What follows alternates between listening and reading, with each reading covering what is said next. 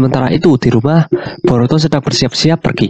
Lalu dia melihat pola segel karma yang merambat ke dadanya. Boruto pun memegang dadanya itu. Kemudian Boruto menuruni tangga dan berpamitan kepada ibunya. Saat Boruto sedang duduk dan memakai sandal ninjanya, Hinata menghampiri Boruto dan mengatakan kepada Boruto bahwa, "Aku dengar kau dapat misi. Apa itu benar?" Boruto mengatakan, "Ya, panggilan langsung dari Paman Shikamaru pula. Tim 7 selama ini hiatus karena karmaku. Jadi Sarada dan Mitsuki sudah tak sabar lagi." Hinata mengatakan, "Begitu ya, baguslah." Hinata pun meneteskan air mata lalu mengusapnya. Hinata mengatakan, "Oh tidak, maafkan aku tidak berniat untuk menangis. Maksudku, aku tahu aku harus mengantarmu dengan senyuman. Cuma tiap kali kau pergi keluar, aku selalu berpikir kalau kali ini tak akan kembali."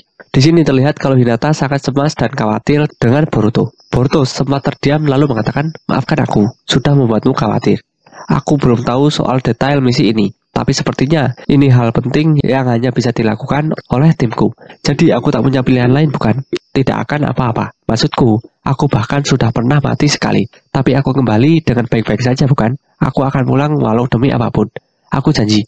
Hinata pun mengatakan kepada Boruto untuk hati-hati. Boruto tersenyum lalu pergi meninggalkan rumahnya. Saat Boruto di luar rumah, dia melihat Momoshiki. Boruto terkejut melihatnya dan memanggil nama Momoshiki. Momoshiki mengatakan kepada Boruto bahwa, "Kau janji untuk pulang. Sungguh tak bertanggung jawab." Boruto mengatakan kepada Momoshiki, "Hei, tukang numpang, kau tak bisa bangkit lagi kan? Kenapa kau masih di sini?" Momoshiki mengatakan, "Biar kutanya kau nak, kenapa kau masih terus berpegang pada keberadaanmu yang tak berarti itu, saat kau tahu di masa depanmu hanya ada penderitaan. Aku bilang padamu kalau kau akan kehilangan semuanya. Dan masa itu semakin mendekat dengan cepat. Kau akan menderita, kehilangan keinginan hidup, hingga kau ingin pergi dari dunia ini. Dan saat hari itu tiba, aku akan mengambil alih dan menjalani hidup Uzumaki Boruto menggantikanmu. Jangan cemas, yang harus kau lakukan hanyalah menundung diam di pojok pikiranmu selama-lamanya. Aku tak peduli lagi dengan kebangkitanku, karena memasuki tubuhmu akan memberikan hasil yang sama. Itu akan segera terjadi. Walau dalam wujud apapun, kau akan selalu menjadi wadahku." Boruto terkejut dan mengatakan, "Dasar payah. Akan kubuat kau menelan kata-katamu itu. Aku tak setuju dengan ini. Aku lebih memilih mati daripada menyerahkan diriku padamu." Momoshiki mengatakan, "Aku tak akan membiarkanmu mati. Sekali lagi, kau adalah wadahku yang berharga. Nyawaku. Tak ada orang lain yang boleh memilikimu." Boruto mengatakan, "Itu harusnya kata-kataku. Tukang numpang, kau sudah hidup terlalu lama. Enyahlah. Kau mau membuang kesadaranku? Oke, kalau memang itu bisa. Aku akan memastikan kau tak bisa muncul lagi. Kau hanya akan menderita di masa depan." Momoshiki mengatakan, "Katakan apapun yang kau mau. Takdirmu sudah ditentukan. Aku akan menunggumu saat itu, Uzumaki Boruto." Momoshiki pun perlahan mulai menghilang. Karena kesal, Boruto menghampiri Momoshiki, namun Momoshiki sudah menghilang. Kemudian Sarada dan Mitsuki datang. Sarada mengatakan, "Boruto, sepertinya kau sudah bersiap. Tumben kau cepat." Boruto mengatakan, "Kalian semua semangat karena misi ini ya." Boruto lalu berteriak mengatakan kepada Momoshiki bahwa dirinya akan menentukan takdirnya.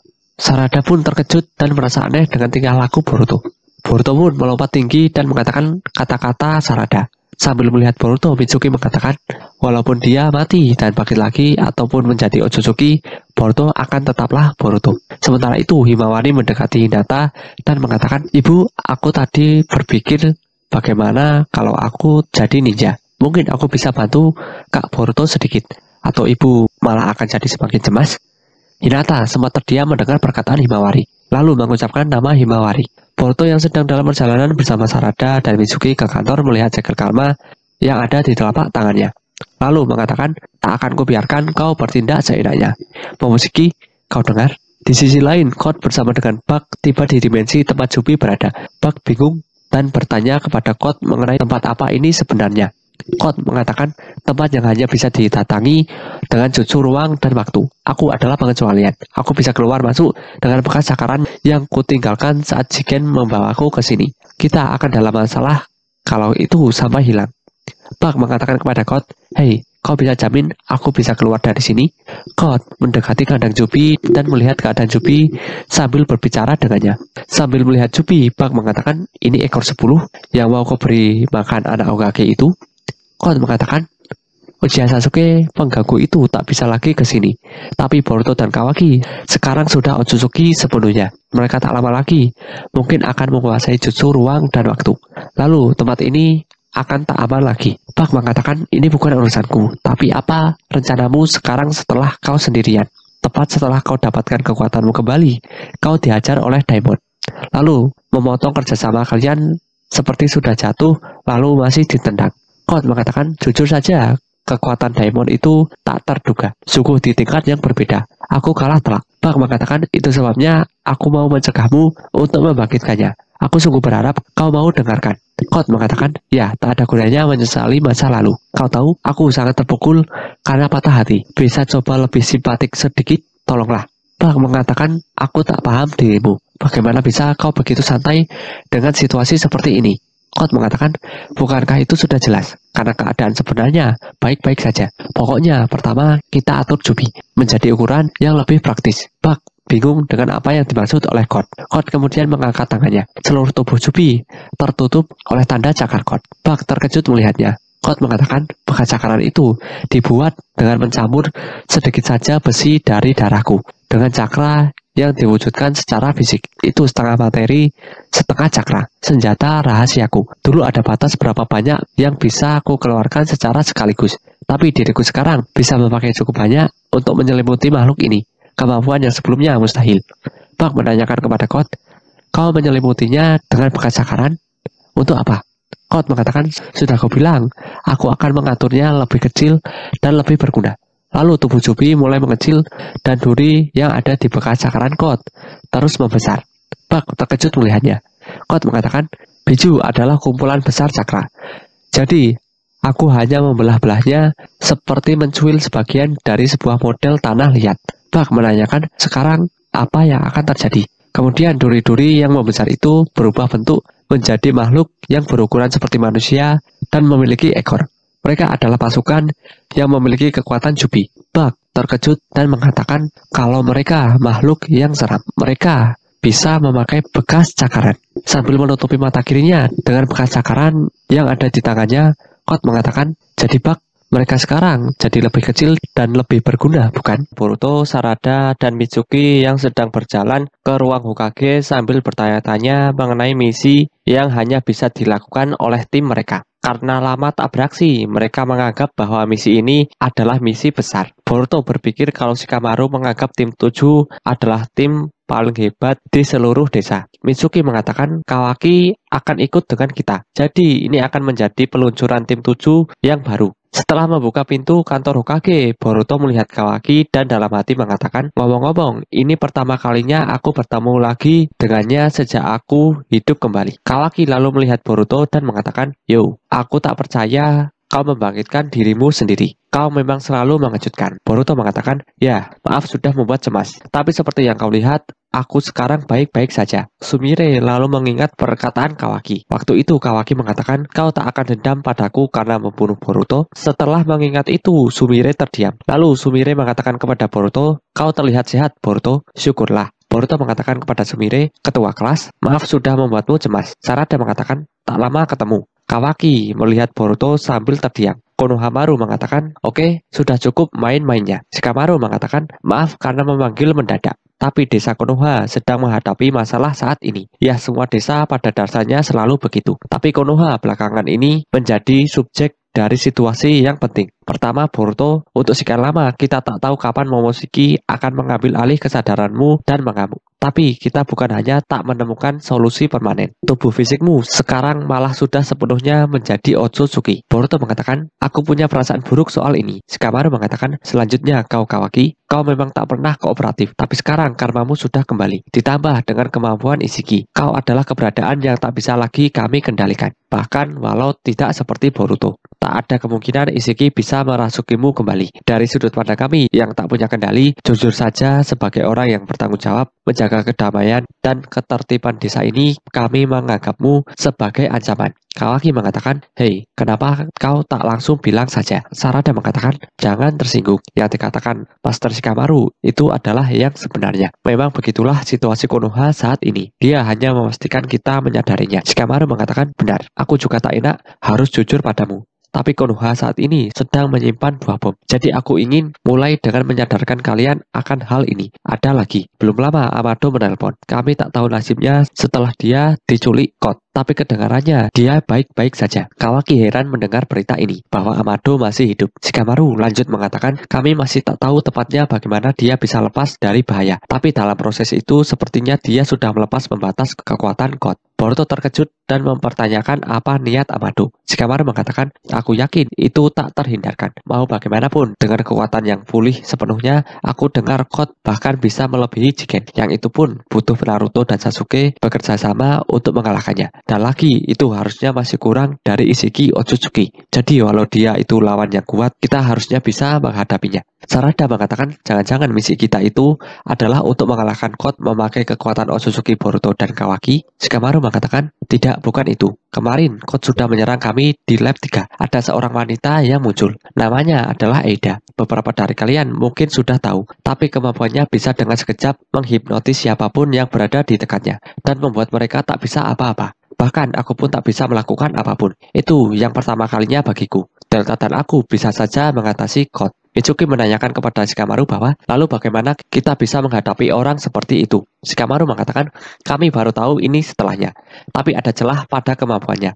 Tampaknya Otsutsuki kebal terhadap efeknya. Saat ini Boruto dan Kawaki, kedua bocah bom yang dijaga ini adalah satu-satunya aset tempur kita melawan kemampuan Eida. Sarada mengatakan, jadi misi kami adalah mengalahkan Eida. Shikamaru mengatakan, tidak, bukan itu juga. Sementara itu, di kereta, sambil menggunakan kekuatan matanya, Eida bertanya-tanya mengenai apa yang direncanakan Shikamaru. Dengan kekuatan matanya, Eida bisa mengerti apa yang terjadi di ruang kantor Hokage itu. Kembali lagi ke kantor Hokage, di sini Sarada mengatakan, maksudmu pertama Kot, sekarang Eida. Itu masalah besar yang sangat banyak. Jadi apa yang harus kami lakukan? Boruto mengatakan kepada Shikamaru, tak usah berbelit-belit. Katakan apa misi kami. Shikamaru mengatakan, tenanglah. Aku baru mau sampai di bagian pentingnya sekarang. Eida pada awalnya muncul di hadapan kami sebagai rekan dan komplotan Kot. Namun, rencanaku dan Amado telah berubah, dan hasilnya dia memutus hubungan dengan Kot. Intinya, Kot sekarang sendirian. Dia mungkin sudah mendapatkan kekuatannya kembali, tapi dia kehilangan rekan yang paling kuat. Boruto mengatakan kalau itu kabar bagus. Sarada menanyakan, memutus, tapi sekarang bagaimana status Eida? Shikamaru mengatakan saat ini dia sedang menuju ke sini ke Konoha. Kawaki menanyakan apa yang terjadi. Maksudmu dia membelot ke pihak kita? Shikamaru mengatakan benar, dan disitulah masalahnya. Semua kemampuan dan jutsu tak berdaya akibat kekuatannya, dan kekuatan serta pengaruh Hokage tak ada artinya bagi dia. Dia tak perlu menuruti perintah siapapun. Kalau dia mau, itu tak akan sulit baginya untuk mengambil alih bukan hanya Konoha atau negara api, tapi seluruh dunia. Aku tidak membesar-besarkan. Memang sebebas itulah dirinya. Kalian paham, bukan? Walau demi apapun, kita harus menghindari menjadi musuhnya, dan karena itu, aku membuat misi kalian ini. Bukan berlebihan jika mengatakan ini semua tergantung pada tindakan kalian. Apakah Eida akan menjadi teman atau lawan bagi Konoha? Sarada menanyakan kepada Shikamaru, apa yang kau ingin kami lakukan? Shikamaru menjawab, hidup bersama. Boruto dan Sarada kebingungan dengan jawaban Shikamaru. Kawaki menanyakan, kau sedang bercanda, kan? Konohamaru mengatakan, sama sekali tidak. Kami sangat serius. Dengar, ini bukan akan seperti menginap bersama tim 7 yang menyenangkan. Satu-satunya yang akan tinggal bersama adalah Boruto, Kawaki, dan Eida. Sarada, Boruto, dan Kawaki terkejut mendengarnya. Eida yang berada di kereta juga terkejut mendengarnya, karena dia tidak menyangka akan tinggal bersama langsung. Amado yang juga berada di kereta bersama Eida bertanya kepada Eida. Amado heran mengapa Eida bisa terkejut seperti itu. Kawaki mengatakan itu tidak lucu. Buat apa? Boruto mengatakan, ya, kita tak punya waktu untuk bermain-main. Sarada mengatakan, tunggu dulu. Aku paham tujuan misi ini adalah pengawasan, bukan? Shikamaru mengatakan, intuisi bagus. Benar, aku sudah jelaskan tingkat risiko Eida.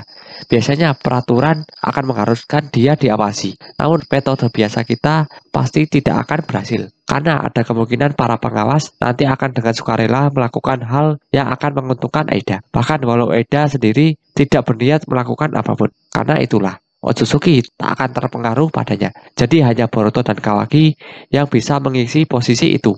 Boruto mengatakan, jadi kami akan jadi pengawal untuk memastikan Eida tidak membuat masalah, Shikamaru mengatakan itu benar.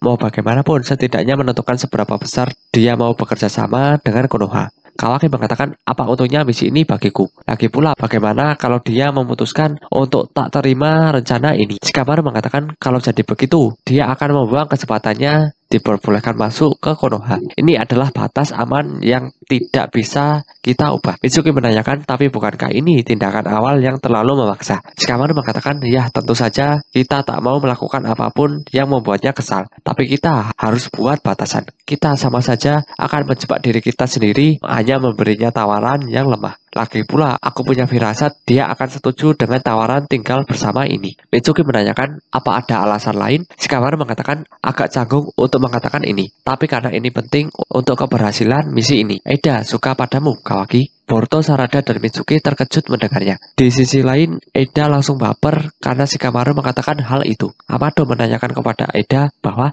ada apa? Apa yang mereka bicarakan sejak tadi? Daimon yang tidur di pangkuan Eida pun terbangun karena detak jantung Eida yang berdetak kencang sekali. Daimon pun menanyakan kepada Eida. Eida merasa kalau dia akan jantungan sebelum sampai ke Konoha. Namun inilah yang sebenarnya dia cari. Sambil memeluk Daimon, Eida mengatakan bahwa dirinya saat ini sangat jatuh cinta. Amado hanya terdiam sambil melihat Eida. Sementara itu di kantor Hokage, Shikamaru mengatakan ini adalah alasan nomor 1 dia datang ke Konoha. Kawaki, aku tak mau mencampuri kehidupan atau perasaan pribadimu, tapi berhati-hatilah bagaimana kau bersikap padanya. Aku tak mengarang saat aku bilang masa depan Konoha bergantung pada tindakan kalian. Boruto mengatakan, hei, semua orang biasa akan jadi suka dengan Eida bukan? Jadi dia punya pilihan banyak. Kenapa dia pilih Kawaki yang bahkan kekuatannya sendiri tidak mempan? Sumire mengatakan ini hanya dugaanku saja. Tapi bukankah tidak menyenangkan kalau kau tahu seseorang menyukaimu, tapi karena kekuatan alami atau jutsu yang kau miliki? Kurasa Eida ini ingin benar-benar merasakan cinta yang normal. Tapi itu pun aku tak yakin. Kawaki mengatakan, aku tak paham. Itu tidak logis. Apa dia itu bodoh? Shikamaru mengatakan, ngomong-ngomong kau sebaiknya jangan bicara buruk soal dia. Eida bisa melihat semuanya dan juga mendengar semuanya. Dia juga punya kemampuan itu. Boruto, Kawaki, Sarada, dan Mitsuki terkejut mendengar perkataan Shikamaru. Shikamaru mengatakan, dia saat ini mungkin tidak mengawasi kita, tapi sepertinya dia juga bisa melihat perulangan masa lalu, seperti menonton tayangan ulang rekaman video. Boruto mengatakan, serius? Itu lebih dari curang. Shikamaru mengatakan mau bagaimanapun, semua yang kita bicarakan di sini dianggap sudah bocor. Tentu saja dengan begitu, aku juga sudah membocorkan misi kalian. Jadi pergulatan diplomatik sudah dimulai. Benar bukan, Eida? Kawaki mengatakan, jadi singkatnya, kau ingin kami mengawasi Eida dan berbaik hati padanya? Shikamaru mengatakan, iya. Itu akan sangat dihargai oleh para warga Konoha. Kawaki mengatakan, aku tak suka ini. Aku lebih memilih langsung melawan Code saja. Shikamaru mengatakan, walau begitu sangat mustahil bagi kita untuk mencari tepatnya di mana lokasi Code itu. Tapi jika kita bisa mendapat bantuan Eida, kita akan bisa tahu tiap gerakannya. Konohamaru lalu mengatakan kepada Boruto, dan kau Boruto, tugasmu bukan hanya mengawasi Eida. Kau di sana juga untuk menjadi mediator antara Kawaki dan Eida. Shikamaru mengatakan kepada Boruto, kita tak bisa serahkan Kawaki sendiri untuk menangani ini. Jadi walau mungkin terdengar berlebihan, tapi ingat, jika mereka berdua tidak jadian, itu artinya masa depan Konoha juga akan dalam bahaya. Itulah sikap yang harus kau lakukan. Paham?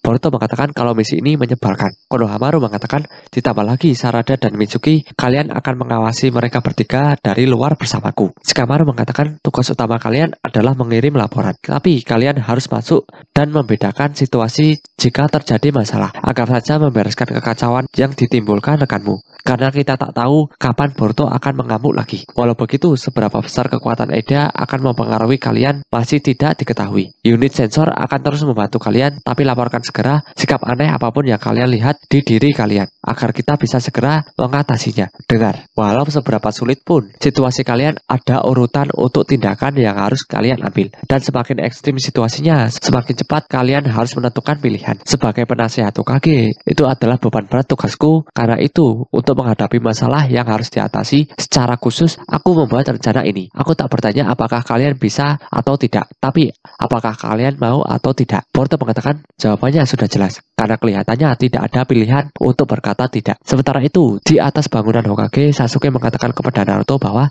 bukan hanya Eida dan Kawaki, Boruto juga adalah target pengawasan. Ini adalah tahanan rumah besar-besaran. Tapi kalau kau mengizinkannya, aku tidak bisa menolak. Naruto mengatakan baik Boruto dan Kawaki keduanya adalah tipe yang langsung bertarung, bahkan walaupun dengan lawan yang jauh lebih kuat. Mereka tak akan menurut begitu saja walau kita menyuruh mereka untuk mundur. Dengan memberikan mereka misi dan juga tanggung jawab, kau dengan cerdik sudah mengendalikan mereka. Ini rencana yang khas Shikamaru. Setidaknya kita akan tahu apa yang akan mereka lakukan daripada harus mati di tempat yang tak dikenal. Sementara itu Shikamaru mengatakan, dengar, apapun bisa terjadi dalam misi ini. Dan mungkin ada juga saat dimana kalian tak bisa menunggu perintah. Di kasus seperti itu, kalian harus berimprovisasi sesuai dengan peran masing-masing. Setelah Shikamaru mengatakan itu, tiba-tiba Kawaki melihat sekilas Momoshiki di sebelah kanan Boruto. Kawaki kebingungan. Sementara itu Sasuke juga merasakan perasaan yang sama seperti saat dimana Boruto sedang bicara dengan Momoshiki setelah berhasil mengalahkannya. Di sisi lain, Eida memeluk Daimon dan mengatakan bahwa ide Shikamaru itu sungguh menarik. Setelah serangan Code,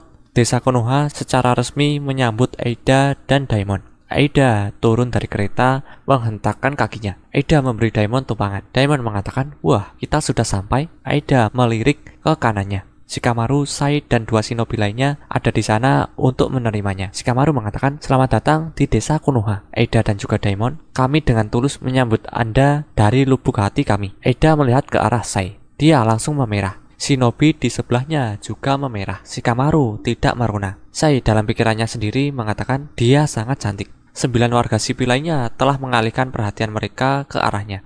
Terdiam, 3 tidak berwajah, 1 wanita, dan 5 pria jatuh cinta pada Eida. Eida mengatakan tidak perlu sapaan formal yang begitu manis. Shikamaru-chan, aku jelas tahu apa rencanamu. Penyampaian kalimat Shikamaru cukup kaku. Shikamaru terdiam. Eida mengatakan itu konsep yang menarik. Kami akan dengan rendah hati menerima tawaranmu. Shikamaru mengatakan terima kasih. Aku berharap kau mengatakan itu. Daimon balas menatap Shikamaru. Daimon terdiam. Shikamaru mengatakan, jadi orang itu adalah Daimon. Dia saudara Eida. Sementara itu, Sai masih tersipu. Sai mengatakan, jadi kau pasti lelah dari perjalanan panjang itu. Biarkan aku memandumu ke apartemenmu. Silahkan lewat sini. Eida melirik ke belakangnya. Bahkan lebih banyak warga sipil yang menatapnya sekarang. Eida mengatakan tidak perlu menyusahkan diri sendiri. Aku tidak perlu kau menunjukkan jalannya. Shikamaru terkejut. Eida mulai melayang di udara, mengejutkan Shikamaru, Sai, para shinobi, dan beberapa penonton sipil. Pipi Sai sudah memudar. Shikamaru mengatakan dia melayang. Daimon mengatakan kakakku tidak suka menonjol. Jadi kita akan melewati dari atas. Eida mengatakan kita ke sana dulu. Karena aku sudah tahu di mana apartemen itu berada. Eida kemudian mulai terbang melalui bagian udara terbuka tanpa atap dari stasiun kereta api. Shikamaru tampaknya sedikit lebih cemas sekarang. Para penduduk heran dengan Eida yang terbang. Shikamaru berkeringat sedikit lebih banyak dan tampak kesal. Shikamaru mengatakan dia akan menonjol sebanyak yang dia mau, kurasa. Sai terdiam. Amado kemudian muncul. Dia menyalakan sebatang rokok dan menghisapnya. Amado mengatakan itu bukan hal yang aneh. Misalnya ketika Otsutsuki datang. Ini adalah prestasi alami yang bisa mereka lakukan. Itu akan sama untuk Boruto dan Kawaki juga. Segera mereka mungkin akan melakukannya. Terbang kemana-mana. Shikamaru mengatakan, aku tidak menyangka akan melihat sisimu ini lagi. Amado, kau tidak punya tempat lain untuk kabur. Tahu? Tapi kita akan membicarakannya nanti. Kita akan membicarakan semua yang kau tahu. Terjadi tatapan serius antara Amado dan Shikamaru. Adegan beralih ke apartemen berbagai kamar. Itu terletak di atas bukit yang landai dengan beberapa pohon dan lebih banyak bukit di sekitarnya. Dan tampaknya terpencil. Kawaki sedang bersantai di sofa. Konohamaru dan Boruto berdiri di tengah ruang tamu. Boruto mengatakan, ya setidaknya mereka bisa menyiapkan tempat yang bagus seperti ini untuk kita. Terutama karena misi ini diputuskan dalam waktu sesingkat itu. Konohamaru mengatakan, sebenarnya properti ini sudah menjadi milik penyewa lain. Aku seharusnya tidak mengatakan ini dengan keras. Tetapi kita harus menggunakan beberapa kekuatan agar bisa diserahkan kepada kita. Konohamaru tampaknya agak kesal. Boruto sekarang menjalankan tangannya